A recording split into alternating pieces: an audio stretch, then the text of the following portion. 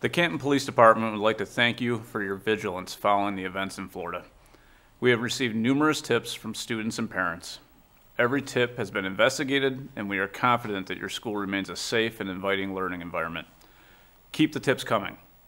If you believe someone is a danger to themselves or others, report what you know to the police, the principal, your assistant principal, dean, or counselor. Let us get that person the help that they need. In the last 2 weeks, P-CEP has had 2 lockdowns. We have many reasons for a soft lockdown or a shelter in place. Those reasons can include investigating a possible threat, a medical emergency, or a building maintenance problem. A shelter in place is not an indication of any immediate danger. We think it is important that students understand there is a difference between reporting information that may be concerning and making threats against over 7,000 people.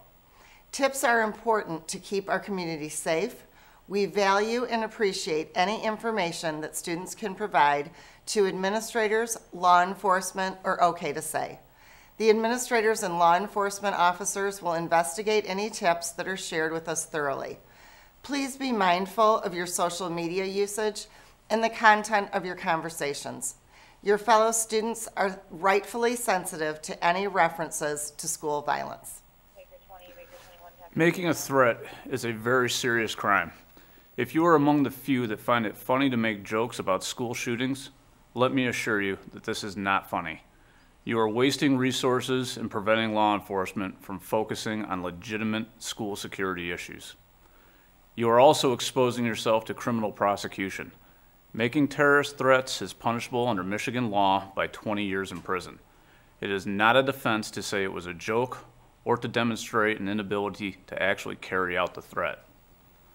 Finally, if another lockdown occurs, please avoid spreading rumors. You can follow your school resource officers on Twitter at SRO P-CEP. You can rely on this as a legitimate source of information.